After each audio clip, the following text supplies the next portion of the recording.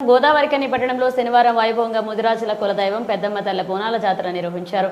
గోదావరికని పెద్దమ్మ తల్లి ఆలయ చైర్మన్ సబ్బు మల్లయ్య ఆధ్వర్యంలో ఆషాఢ మాస సందర్భంగా పెద్దమ్మ తల్లి ఆలయంలో పట్నాలు వేయడానికి నిశ్చయించగా ముందుగా పెద్దమ్మ తల్లి దేవాలయం నుండి మహిళలు బయలుదేరి పుట్టకు నీళ్లు పాలు పోసి పట్నాల కోసం పుట్టమన్నను తీసుకొచ్చారు. ఇక అలాగే సాయంత్రం పెద్దమ్మ తల్లి బోనాలతో డప్పు చప్పుళ్ల నడుమ పోతురాజుల విన్యాసాలతో మహిళలు నెత్తిన బోనాలతో కని చౌరస్తాకి తరలివచ్చారు. ఈ సందర్భంగా సబ్బు మల్లయ్య మాట్లాడుతూ పెద్దమ్మ తల్లి దీవెనలతో ప్రజలంతా ఆయురారోగ్యాలతో వర్ధిల్లాలని కోరుకున్నారు.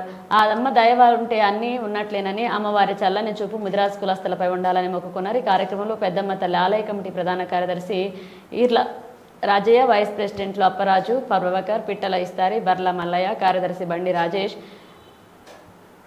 బొలవేన సాంబయ్య, బొజ్జ ఉప్పలయ్య, దబ్బెట్ట శంకర్, శీలం శ్రీనివాస్, రజనీకాంత్, పిట్టల శంకరయ్య, చొప్పరి శ్రీను, మహిళలు సంధ్య, పద్మావతి, రాజ్యలక్ష్మి, సరిత, సుధా, సత్యమ్మ పాల్గొన్నారు.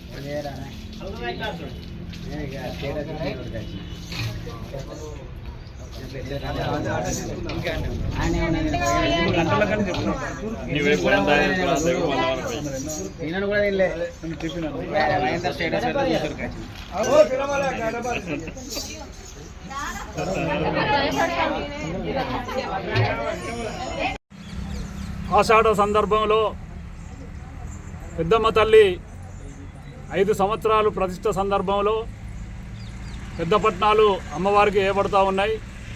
ఈరోజు సాయంత్రం 5 గంటలకు అందరూ బోనాలు ఎత్తుకొని మెయిన్ చౌరస్తకు వస్తారు.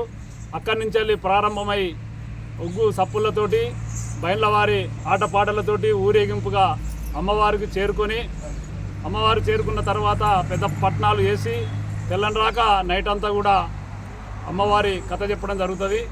ఆ కథ అయిన అనంతరము పొద్దున మళ్ళా పూజ కార్యక్రమాలు చేసి మేకను మత్తగొల్పడం జరుగుతుంది.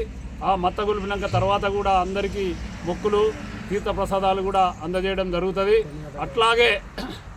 అట్లాగే ఈ ప్రాంత ప్రజలందరూ కూడా కులాలకు అతీతంగా అందరూ హాజరై అమ్మవారి కృపకు పాత్రలు కావాలని కోరుతా ఉన్నాం.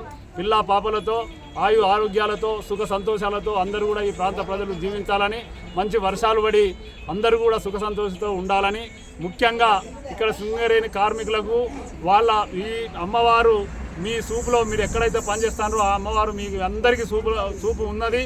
ఆ సూపు ప్రకారమే అమ్మవారు మీ అందరికీ దీవెనలు కూడా కార్మికులకు దీవెనలు ఇచ్చి అందరిని చల్లగా కాపాడాలనేటువంటి నిత్యము మీ ఈ ప్రాంత ప్రజల మీద కార్మికుల మీద నిత్యం కూడా పూజ చేయడం జరుగుతూ ఉంది. దాన్ని మీరు ఆలోచించి అందరూ కూడా ఈ అమ్మవారి కృపకు ప్రాతులై అందరూ కూడా ఈ కార్యక్రమాన్ని విజయవంతం చేయాలని ఆలయ కమిటీ తరఫున కోరుతాం.